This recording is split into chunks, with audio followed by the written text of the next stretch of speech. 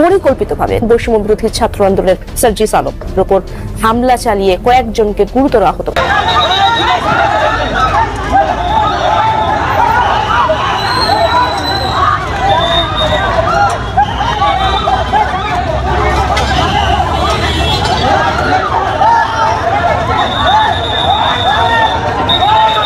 প্রথমে পদত্যাগের নাটক, তারপর জুন পর্যন্ত থেকে যাওয়ার বার্তা। বাংলাদেশের অন্তর্বর্তী সরকারের প্রধান উপদেষ্টা মোহাম্মদ ইউনূস ক্ষমতায় টিকে থাকার জন্য যে অনেক কিছুই করতে পারেন তা আজ প্রমাণিত। তবে এটি মানতে নারাজ বাংলাদেশের প্রধান রাজনৈতিক দল বিএনপি। বিএনপির এই সমাবেশে এবার যথেষ্ট পরিমাণে সুর চড়া করেছেন তারেক রহমান, দলের ভারপ্রাপ্ত চেয়ারম্যান। একটি কথা বলেছেন যে রাজনৈতিক দলগুলোকে প্রতিপক্ষ বানাবেন না। ছাত্র জনতার পক্ষে রাজপথে ছিলেন এই সঙ্গীত শিল্পী। এমনকি দেশের বর্তমান পরিস্থিতিতেও অন্যায়ের বিরুদ্ধে কথা বলছেন তিনি।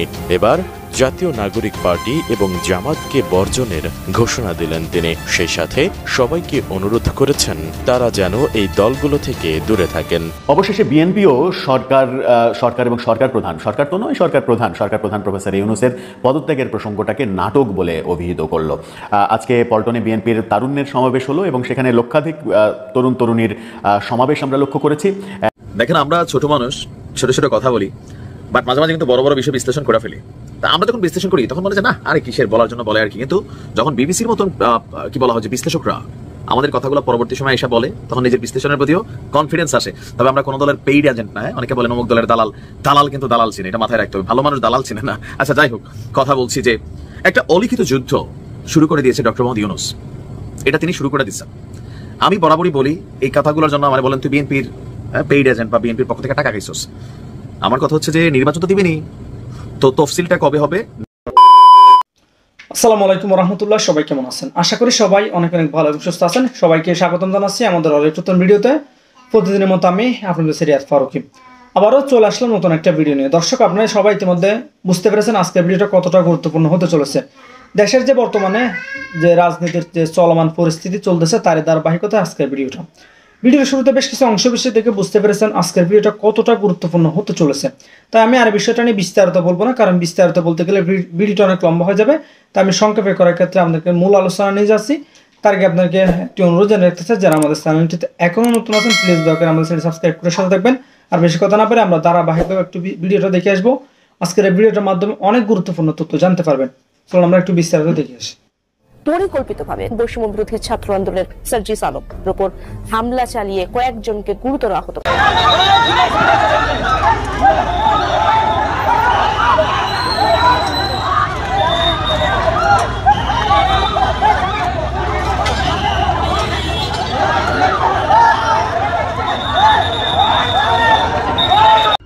প্রথমে পদত্যাগের নাটক, তারপর জুন পর্যন্ত থেকে যাওয়ার বার্তা। বাংলাদেশের অন্তর্বর্তী সরকারের প্রধান উপদেষ্টা মোহাম্মদ ইউনূস ক্ষমতায় টিকে থাকার জন্য যে অনেক কিছুই করতে পারেন তা আজ প্রমাণিত।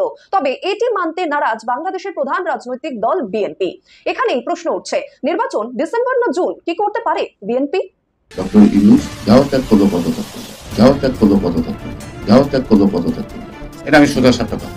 মোহাম্মদ ইউনূস দেহত্যাগ করতে পারেন, পদত্যাগ করবেন না। বিএনপি নেতা গয়েশ্বরচন্দ্র রায় যেন হক কথাই বলেছেন। বাংলাদেশের সেনাপ্রধান জেনারেল ওয়াকারুজ্জামানের সঙ্গে মিয়ানমারের রাখাইন প্রদেশে মানবিক করিডোর দেওয়া নিয়ে যে দ্বন্দ্ব বেঁধেছে অন্তর্বর্তীকালীন সরকারের, তাতে যথেষ্ট চাপে প্রধান উপদেষ্টা মোহাম্মদ ইউনূস। 22 মে থেকে জানিয়ে টানাপোড়েন চলছে সেনাবাহিনী এবং অন্তর্বর্তীকালীন সরকারের মধ্যে। এরই মাঝে মোহাম্মদ ইউনূস পদত্যাগ করতে চেয়ে একটা আবেগী চাল চেলেছিলেন। ভেবেছিলেন তার পদত্যাগের ইচ্ছা প্রকাশের পরই গোটা বাংলাদেশ ভেঙে পড়বে তাকে আটকাতে, কিন্তু তেমনটা হয়নি। উল্টে দেখা গেল একমাত্র তার ধামাধারী জাতীয় নাগরিক পার্টি ও ছাত্র নেতারাই কেবল তার পাশে রয়েছে।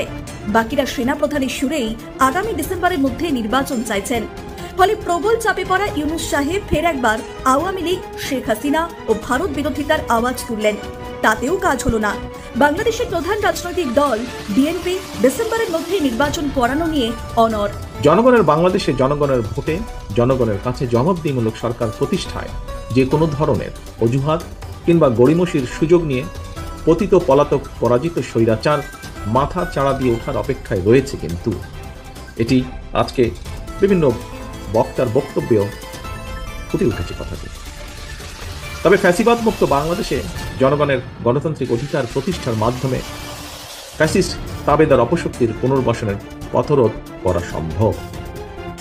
আমরা নিজ নিজ দলীয় আদর্শ এবং কর্মসূচি বাস্তবায়নের ক্ষেত্রে ফ্যাসিবাদ বিরোধী রাজনৈতিক দলগুলোর মধ্যে প্রক্রিয়া বা পদ্ধতিগত বিরোধ দৃশ্যমান হলেও আমি দৃঢ়ভাবে বিশ্বাস করি দেশ এবং জনগণের বৃহত্তর স্বার্থে ফ্যাসিবাদ উত্থান মোকাবেলায় একতরফা ইস্যুতে বাংলাদেশের গণতান্ত্রিকামী জনগণ বিগত 5ই আগস্টের মতনই ঐক্যবদ্ধ। অন্তর্বর্তীকালীন সরকার প্রধানের সঙ্গে দেখা করে রাজনৈতিক দলগুলো আবারও জাতীয় নির্বাচনের তারিখ দিন সুস্পষ্ট দিনক্ষণ ঘোষণার দাবি জানিয়েছে। বিএনপির দাবি আগামী ডিসেম্বরের ভেতরে জাতীয় নির্বাচন অনুষ্ঠিত হতে হবে। আসলে নির্বাচন যত দেরি করে হবে ততই চাপ বাড়বে বিএনপির ওপর। এই মুহূর্তে বিএনপির সামনে কোনো প্রতিদ্বন্দ্বী নেই। বাংলাদেশের বৃহৎ রাজনৈতিক দল আওয়ামী লীগ কার্যত নিশ্চিহ্ন। নেত্রী শেখ হাসিনা ভারতে অবস্থান করছেন। তাকে শতাধিক মামলা মোকদ্দমায় এমনভাবে জড়িয়ে দেওয়া হয়েছে যে তিনি এই মুহূর্তে দেশে ফিরতে পারবেন কিনা সন্দেহ। প্রায় 90% আওয়ামী নেতা হয় বিদেশে, না হয় জেলে। ফলে বিএনপির সামনে কার্যত ফাঁকা মাঠ। অন্যদিকে জামায়াতে ইসলামী অন্তর্বর্তীকালীন সরকারের নেপথ্যে যতই কলকাঠি নাড়ুক না কেন, তাদের জন্য ভিত্তি এখনো অনেক কম। আওয়ামী লীগ সরকারের আমলে দীর্ঘকাল নিষিদ্ধ থাকা জামাত বিএনপির সঙ্গে জোট করে গত নির্বাচনে লড়েছিল। খাতায় কলমে এখনো তাদের জোট রয়েছে, যদিও তাদের দূরত্ব বেড়েছে ইতিমধ্যেই। মোহাম্মদ ইউনূস যে বারবার নির্বাচন পিছিয়ে দিতে চাইছেন তা আসলে জামাত ও জাতীয় নাগরিক পার্টিকে সুবিধা করে দিতেই। এটা বুঝতে সমস্যা হচ্ছে না বিএনপি শীর্ষ নেতৃত্বের। তাই তারা ডিসেম্বরের মধ্যেই ভোট চেয়ে চাপ বাড়াতে চাইছেন। বাংলাদেশের রাজনৈতিক বিশ্লেষকদের মতে মোহাম্মদ ইউনূস যে আগামী বছর জুন মাসে নির্বাচনের কথা বলছেন তার পিছনে জটিল একটা অঙ্ক রয়েছে। সাধারণত জুন জুলাই বর্ষার মৌসুম। বাংলাদেশের মতো নদীমাতৃক দেশে বর্ষাকালে জাতীয় নির্বাচন করানোটা অলীক কল্পনার শামিল। ওই সময় বাংলাদেশের বেশিরভাগ জায়গায় বন্যা পরিস্থিতি থাকে। আবার জুন জুলাইয়ের আগে পবিত্র রমজান মাস থাকায় ভোট করানো সম্ভব নয়। ফলে ইউনূস সাহেব যতই জুন মাস অবধি সময় নিয়ে থাকুক না কেন, আদৌ সে নির্বাচন বিভিন্ন কারণে পিছিয়ে যেতে পারে বলেই আশঙ্কা করছে বিএনপি নেতারা। পাশাপাশি বাংলাদেশে আওয়ামী লীগের কর্মসূচি নিষিদ্ধ করা বা আওয়ামী লীগের নিবন্ধন বাতিলের মতো সিদ্ধান্ত বুমেরাং হয়ে ফিরতে পারে বলেও আশঙ্কা বিএনপির। কারণ যত সময় যাচ্ছে ততই আওয়ামী লীগের প্রতি মানুষের রাগ ক্ষোভ কমছে, সেই সঙ্গে বাড়ছে আওয়ামী লীগের মিছিলের বহর। এটা বিএনপির কাছে সিঁদুরে মেঘ। তাই নির্বাচন নিয়ে তারেক রহমান, মির্জা ফখরুল বা গয়েশ্বরচন্দ্র রায়দের এত তাড়াহুড়ো। ওয়াকিবহাল মহলের মতে শেখ হাসিনার বিদায়ে যারা সবচেয়ে লাভবান হতো এখন তারাই সবচেয়ে ক্ষতিগ্রস্ত।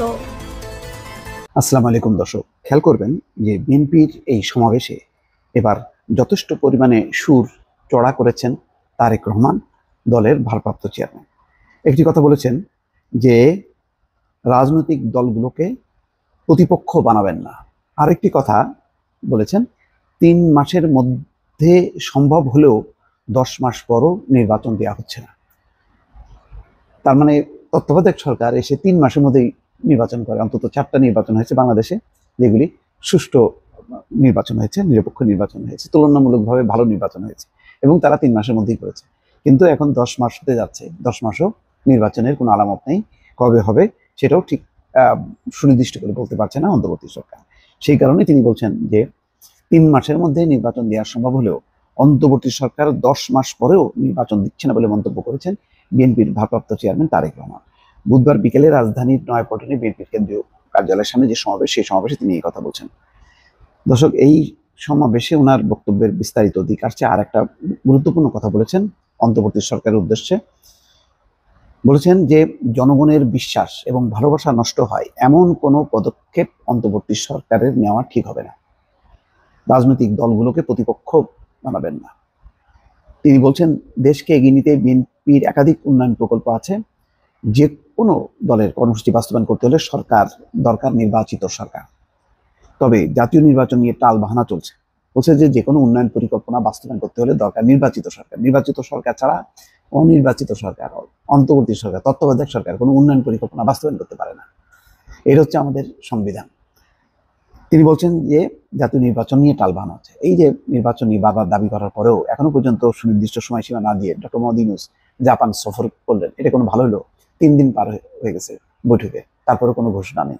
তাহলে এই মানুষটার প্রতি যে বিএনপি ভরসা রাখবে, আস্থা রাখবে কিভাবে? অল্প এবং বেশি সংস্কারের মধ্যে ঘুরপাক খাচ্ছে এই আলোচনা। সরকারের মনে হচ্ছে যে তাদের ভিন্ন কোনো উদ্দেশ্য আছে। এই কথা কিন্তু ডক্টর আব্দুল মঈন খানও বলেছেন যে সম্ভবত মনে হচ্ছে যেন আমরা একটা কিসের চক্করের মধ্যে পড়ে গেছি। তারেক রহমান বলছেন আগের সরকারের জনগণ দেখেছিল আদালতকে অবজ্ঞা করার বিষয়টি। ইশরাকের শপথ না পুড়িয়ে এই সরকারের মধ্যে তার প্রবণতা দেখা যাচ্ছে। আগের সরকারও কোনো আইন আদালতকে কোনো কিছুই মানত না, এখনো সেই একই রকম পরিস্থিতি। সেই কথাই তিনি বলছেন যে ইশরাকের অন্তত শপথ না পড়ানোকে ঘিরে যেই পরিস্থিতি, সেই পরিস্থিতিটা কিন্তু তিনি তুলে ধরলেন। ইশরাকের শপথ গ্রহণে বাধা সৃষ্টি করায় আমরা সরকারের স্বেচ্ছাচারী মনোভাবের বহিঃপ্রকাশ দেখতে পাচ্ছি। জনগণের প্রতি তিনি প্রশ্ন রাখেন, যারা আদালতের প্রতি শ্রদ্ধা দেখায় না তাদের কাছ থেকে আমরা কতটুকু সংস্কার আশা করতে পারি? অর্থাৎ যারা আদালতকে মান্য করছেন, আদালতের নির্দেশ, নির্বাচন কমিশনের গেজেট প্রকাশের মধ্য দিয়ে আদেশ, সেটাকে মান্য করছে না, তাহলে যে অন্য বিষয়ে মানে তারা যে সংস্কার করবে, নির্বাচন সঠিক সময় দেবে, সেই আশা কতটুকু করা যায় সরকারের কাছে? সেটাই প্রশ্ন তারেক রহমানের। তিনি বলছেন যে ডিসেম্বরের মধ্যে জাতীয় নির্বাচনের আয়োজন করতে হবে। বলছেন যে আমরা দেখছি 10 মাস পার হলেও নির্বাচনের ঘোষণা করছে না সরকার। আমরা বলে দিতে চাই ডিসেম্বরের মধ্যে জাতীয় নির্বাচন হতে হবে, তার প্রস্তুতি নিতে শুরু করুন। পরে দলের নেতা কর্মীদের উদ্দেশ্যে তারেক রহমান বলেন, জনগণের কাছে যান, তাদের কথা শুনুন, তাদের বুঝুন, কারণ জনগণই বিএনপির সব রাজনৈতিক ক্ষমতার একমাত্র উদ্দেশ্য। সবশেষে নেতা কর্মীদের কাছে নতুন একটি স্লোগান উপস্থাপন করেন তিনি। স্লোগানটি হলো, দিল্লি নয়, পিন্ডি নয়, অন্য কোনো দেশ, সবার আগে বাংলাদেশ। খুব সুন্দর একটা স্লোগান, যে দিল্লি নয়, পিন্ডি নয়, নয় অন্য কোনো দেশ, সবার আগে বাংলাদেশ। মানে ভালো স্লোগান, একটা নতুন ধরনের স্লোগান। মানে সাধারণত নির্বাচন বা পরিবর্তনের সময় একটা নতুন স্লোগান নিয়ে আসা হয়, যেটাকে সারা দেশের মানুষকে সংগঠিত করা হয়। সেই হিসেবে এটা ভালো, দিল্লি নয়, পিন্ডি নয়, নয় অন্য কোনো দেশ, সবার আগে বাংলাদেশ। দেখা যাক আজকের এই সমাবেশের মধ্য দিয়ে সরকার কতখানি চাপ অনুভব করে, এবং যদি চাপ অনুভব করে ভালো, না হলে ঈদের পরে যে টালমাটাল পরিস্থিতি হবে সেটি সরকারের পক্ষে নিয়ন্ত্রণ করা খুবই কঠিন হবে বলে অনেকে মনে করছেন। দর্শক ভালো থাকবেন, আল্লাহ হাফিজ। যে কোনো অন্যায় ও অনিয়মে বরাবরই সোচ্চার থাকেন সঙ্গীত শিল্পী ফারজানা ওয়াহিদ শায়ান। গান কবিতায় প্রতিবাদী এক কণ্ঠস্বর তিনি। শুধু তাই নয়, রাজপথেও থাকেন সামনের সারিতে। ছাত্র জনতার অভ্যুত্থানেও প্রকাশ্যে সরব ছিলেন তিনি। পরবর্তী সময়েও অন্যায় অবিচারে নিজের প্রতিবাদ থামিয়ে রাখেননি। তাই এবার মানবতা বিরোধী অপরাধের মামলা থেকে খালাস পাওয়া জামায়াত নেতা এটিএম আজহারকে নিয়ে উদযাপনে ক্ষোভ প্রকাশ করেছেন শায়ান। সেই সাথে এনসিপিকে বর্জনের ঘোষণা দিয়েছেন তিনি। আরো জানাচ্ছেন এসআই রাজ। বাংলাদেশের মাটির সাথে যে করে গাদ্দারি, সাপের লেজায় পা পড়েছে তারি। জনপ্রিয় সঙ্গীত শিল্পী ফারজানা ওয়াহিদ শায়ান সবসময়ই অন্যায়ের বিরুদ্ধে সোচ্চার থাকেন তিনি। সমাজের মেহনতি, বঞ্চিত, অবহেলিত মানুষের পক্ষে তার কণ্ঠ গর্জে ওঠে। গান কিংবা রাজপথ সবখানেই শায়ানের রয়েছে তৃপ্ত উপস্থিতি। মেশিন গান নিয়ে তো আর আমরা লড়াই করতে চাই না, একটা মুক্ত স্বাধীন দেশে তো আর আমরা সেটা করব না। সেই জায়গাটা থেকে গান, কবিতা, সাহিত্য, এই জায়গাগুলো মানুষের প্রতিবাদের ভাষার যোগান দিয়েছে। জুলাই আন্দোলনে ছাত্র জনতার পক্ষে রাজপথে ছিলেন এই সঙ্গীত শিল্পী। এমনকি দেশের বর্তমান পরিস্থিতিতেও অন্যায়ের বিরুদ্ধে কথা বলছেন তিনি। এবার জাতীয় নাগরিক পার্টি এবং জামাতকে বর্জনের ঘোষণা দিলেন তিনি। সেই সাথে সবাইকে অনুরোধ করেছেন তারা যেন এই দলগুলো থেকে দূরে থাকেন। 28 মে সামাজিক যোগাযোগ মাধ্যম ফেসবুকে দেওয়া এক পোস্টে এসব কথা বলেন তিনি। বাংলাদেশের মাটিতে যে করিল অবহেলা, ফুরাবে তার খেলা বন্ধু, ফুরাবে তার খেলা। পোস্টে শায়ান লিখেন, জামাতের সাথে হাত মিলিয়ে কোলাকুলি করে ভোটের রাজনীতি করতে গিয়ে এই দেশে কিছুদিন আগেই একটা বড় দলের ত্রাহি মধুসূদন দশা হয়েছিল। আওয়ামী লীগ এমন নতুন ধারাবাহিক গুরুতর পাপকর্ম করেছে দেশের মানুষের বিপক্ষে যে সেই দলের গুরু পাককেও তারা প্রায় ভুলিয়ে দিয়েছে। নতুন দল এনসিপির সার্জিস হাসনাতরা প্রথম দিক থেকেই তাদের রাজনীতি পরিষ্কার করে দিয়েছে। ধন্যবাদ। সেই হিসেবে দেশের মানুষের অনেক সুবিধা হলো। দিনের শেষে ভোটেই তো দাঁড়াতে হবে আপনাদের। জামাতকে বুকের সাথে আগলে রেখে রাজাকারের বেকচুর খালাসকে উদযাপন করে আপনারা আমাদের ভোট চান? বিবেকবান স্বাভাবিক সাধারণ মানুষের প্রশ্ন রেখে পোস্টে শায়ান লিখেন, ৭১-এর পরে জন্মেছি বলে কি জামাত চিনি না, আলবদর চিনি না, বীরাঙ্গনার ব্যথা বুঝি না? এই দেশের ছোট ছোট বাচ্চারাও ইতিহাসবিদদের মতন দিন তারিখের রেফারেন্স দিয়ে জামাতের জন্ম ইতিহাস বলে দিতে পারবে না হয়তো, কিন্তু জামাত কি, তাদের আদর্শ কি, তারা এই দেশের মানুষের নিয়ে কি করতে চায় তা আজকে সকালে জন্ম নেওয়া বাচ্চাটাও কালকে বিকালের মধ্যে শিখে যায়। পোস্টে এনসিপির সমালোচনা করে এই সঙ্গীত শিল্পী লিখেন, এনসিপি যে এই জায়গাটা ধরে রাখতে পারে নাই তা তাদের বুদ্ধিমত্তার নির্দেশক। তারা নতুন দেশ গড়ার কথা বলে নিজেদের ভোটের জন্য জামাতকে বুকে টেনেছে বলে মনে হয়। আবার তাদের আরেকটি সঞ্চয় হলো আওয়ামী ঘৃণা। আজকে দেশে অনেক অন্যায় ঘটছে, তাদের সেসবে হেলদোল নাই, কিন্তু জামাত আর আলবদরকে ভালোবাসায় তারা আগুয়ান। আমার পক্ষ থেকে স্বীকার করতে চাই। এছাড়া ফেসবুক পোস্টে শায়ান আরও লিখেন, আমি প্রতি মুহূর্তে নিজের রাজনীতিকে পরিবর্তন করার পক্ষে।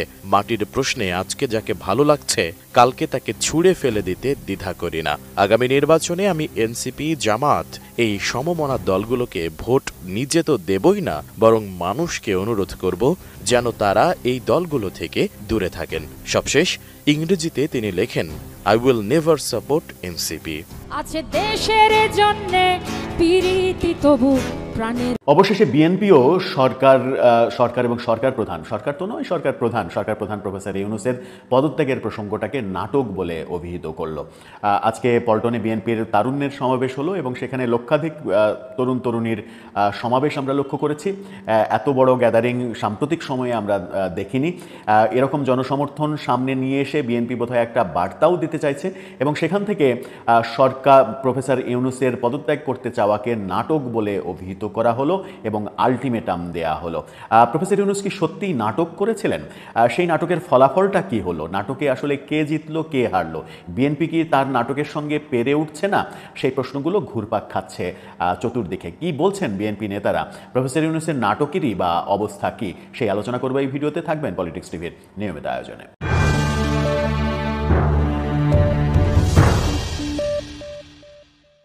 দর্শক, পলিটিক্স টিভির নিয়মিত ভিডিওগুলো স্পন্সর করছে প্রজাপতি.টিভি, নতুন ওটিটি প্ল্যাটফর্ম। আপনারা চাইলে ইউটিউবে, ফেসবুকে, ইনস্টাগ্রামে, টিকটকে দেখে নিতে পারেন। ডেসক্রিপশন বক্সে লিঙ্ক দেওয়া থাকবে, সেখান থেকেও আপনারা দেখে নিতে পারেন প্রজাপতির কার্যক্রম। চলে যাচ্ছি মূল ভিডিওতে। বলছিলাম, প্রফেসর ইউনূসের পদত্যাগ করতে চাওয়াকে বিএনপি এবার আনুষ্ঠানিকভাবে নাটক হিসেবে আখ্যায়িত করলো এবং লক্ষ লক্ষ জনতার মাঝে বিএনপি নেতা সালাউদ্দিন এই কথাটা বললেন। আপনারা স্ক্রিনশটে পত্রিকার হেডিংটাও দেখে নিতে পারেন।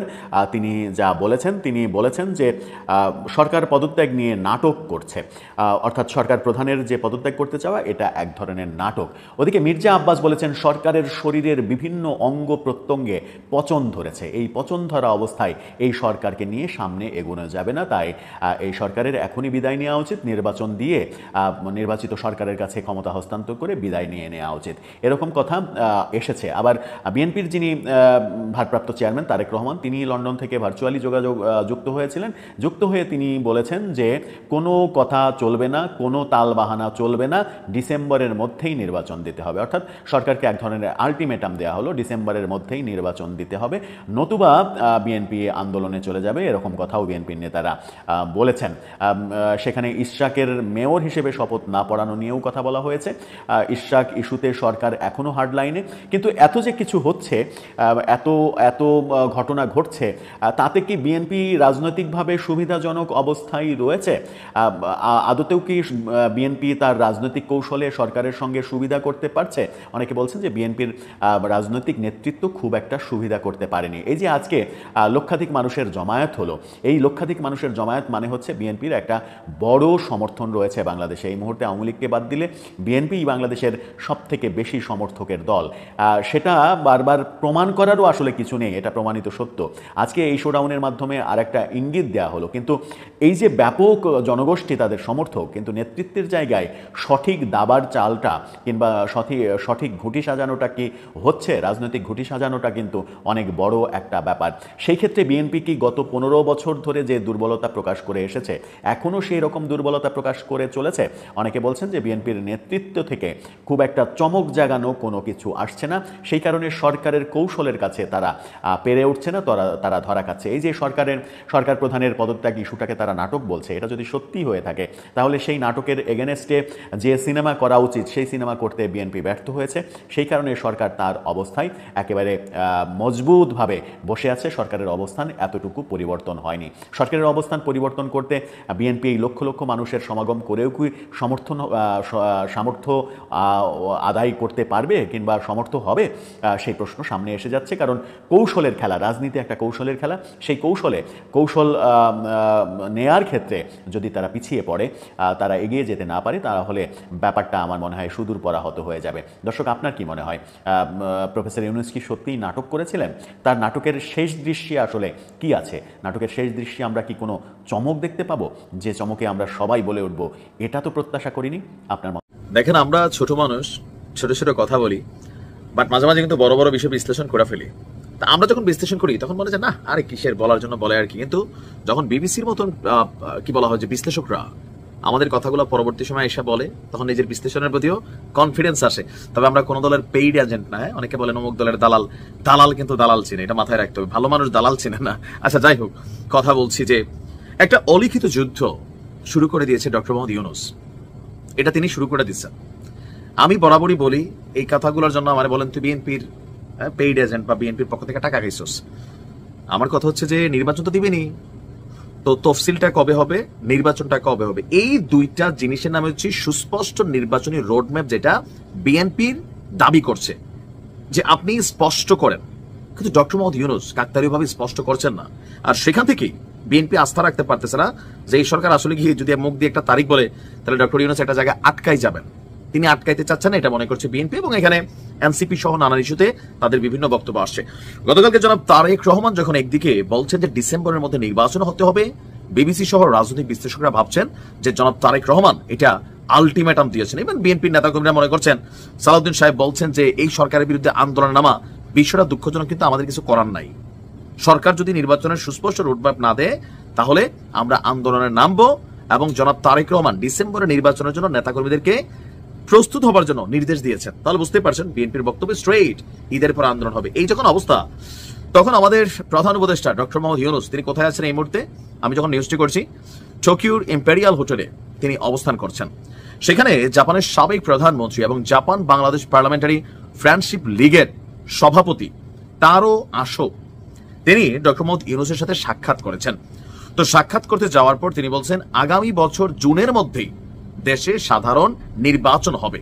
প্রধান উপদেষ্টার প্রেস উইং থেকে পাঠানো বিজ্ঞপ্তিতে বলা হয়েছে যে অধ্যাপক ইউনূস 6 মাসের সময়সীমা নির্ধারণ করেছেন এবং সেই সময়ের মধ্যে নির্বাচন অনুষ্ঠিত হবে। সব প্রস্তুতি সম্পন্ন হওয়ার সাথে সাথেই অধ্যাপক ডক্টর ইউনূস জাতীয় নির্বাচনের একটি নির্দিষ্ট তারিখ ঘোষণা করবেন। জাপানের সাবেক পররাষ্ট্রমন্ত্রী এবং বাংলাদেশের দীর্ঘদিনের বন্ধু তারও আশো বাংলাদেশকে রাজনৈতিক স্থিতিশীলতার দিকে নিয়ে যাওয়ার জন্য ডক্টর মোহাম্মদ ইউনূসকে ধন্যবাদ জানিয়েছেন এবং একটি সুষ্ঠু গণতান্ত্রিক উত্তরণের জন্য একটি সাধারণ নির্বাচনের প্রয়োজনীয়তার উপরও গুরুত্ব আরোপ করেন। ঘুরে ফিরে তারা কিন্তু নির্বাচনের কথাই বারবার বলছে। সংস্কার বিএনপি মনে করছে 10 মাসে সংস্কারের হয় নাই, বরঞ্চ সরকার তারেক রহমান নিজে বলছেন ছোট সংস্কার বড় সংস্কারের আবর্তে নির্বাচনকে ঘুণিপা খাওয়াচ্ছেন ডক্টর মোহাম্মদ ইউনূস এবং তার সরকার। তো প্রধান উপদেষ্টা বলছেন অন্তর্বর্তী সরকার 3টি মূল ক্ষেত্রকে অগ্রাধিকার দেওয়ার জন্য কাজ করছে। নাম্বার 1 হচ্ছে সংস্কার, হত্যাকারীদের বিচার এবং একটু সাধারণ নির্বাচন। এই শব্দগুলোর মধ্যে যদি আমরা একটা কমপ্লেক্স দেখি, সংস্কার এখনো শেষই হয় নাই, শুরুই হয় নাই। অনেকে বলেন এটার পরে আসবে কি হত্যাকারীদের বিচার, মানে শব্দগুলো যেভাবে ধারাবাহিক দিছে, প্রেস উইং এর যখন বার্তা আসে সরকারের, আপনার বুঝতে হবে এই শব্দগুলোর মধ্যে খেলা থাকে। নাম্বার 3 তিনি বলছেন একটি সাধারণ নির্বাচন। তো সংস্কারের জন্য কমিটি হয়েছে, কাজ করতেছে, কি হয়েছে না হয়েছে বাংলাদেশ জানেই না। তো এই 7 মাসের মধ্যে এগুলো সম্ভবত সব শেষ হয়ে যাবে। ওনার বক্তব্য অন্তর্বর্তী সরকার শৃঙ্খলা ফিরিয়ে আনার জন্য উল্লেখযোগ্য কাজ করছেন এবং আমাদের আগের সরকার প্রতিটি প্রতিষ্ঠানকে ধ্বংস করে দিয়েছে, তরুণদের এর বিরুদ্ধে জেগে উঠতে বাধ্য করেছে, আর তরুণরা আমাকে আমন্ত্রণ জানিয়েছে। এখন এই কথাগুলোর একটা পাল্টা মিনিংস আছে। বিএনপির কালকে দিনভর কাউন্টারের একটা পাল্টা জবাব হচ্ছে এটা। এই জবাবটা যদি বিএনপি সিরিয়াসলি নেয়, বিএনপি যেভাবে বলতেছে মাঠে নামবে, ময়দানে নামবে, আর একটা 5ই আগস্টের মতন প্রস্তুতি নিতে হবে, সামহাও একটা যুদ্ধক্ষেত্র তৈরি হবে। আর এই যুদ্ধটা বেশিরভাগ মানুষ মনে করছেন ডক্টর মোহাম্মদ ইউনূস তিনি তারিখ এবং তফসিলের ইস্যুগুলা ঘোষণা না করে এই যুদ্ধটাকে পাকাচ্ছেন। একটা তারিখ বলে দিলে হয়, তো সেই তারিখটার আগ পর্যন্ত বাকি কাজগুলোর একটা টাইম ফ্রেম থাকবে যে হ্যাঁ আমাদেরকে এই কাজগুলো এই সময়ের মধ্যে শেষ করতে হবে। কি হবে জানি না, তবে ভালো কিছু হবে সেটাও মনে হচ্ছে না। দর্শক ভিডিওটি ভালো লাগলে অবশ্যই শেয়ার করে দিবেন, আর আমাদের চ্যানেলটিতে নতুন থাকলে অবশ্যই চ্যানেলটি সাবস্ক্রাইব করে সাথে থাকবেন। আপনারা ইতিমধ্যে ভিডিওর শুরুতে যে অংশ বিশেষগুলো দেখেছেন, কেন আমাদের ব্যক্তিগত কোনো মতামত আমরা সামাজিক যোগাযোগ মাধ্যম থেকে ভিডিওগুলো কালেক্ট করে আপনাদের মাঝে জাস্ট ভিডিওগুলো তুলে ধরার চেষ্টা করি। ভিডিওটি ভালো লাগলে অবশ্যই শেয়ার করে দিবেন। এই বিষয়ে আপনার মতামত দ্রুত কমেন্টে জানিয়ে ফেলেন। ধন্যবাদ সবাইকে, আল্লাহ হাফেজ।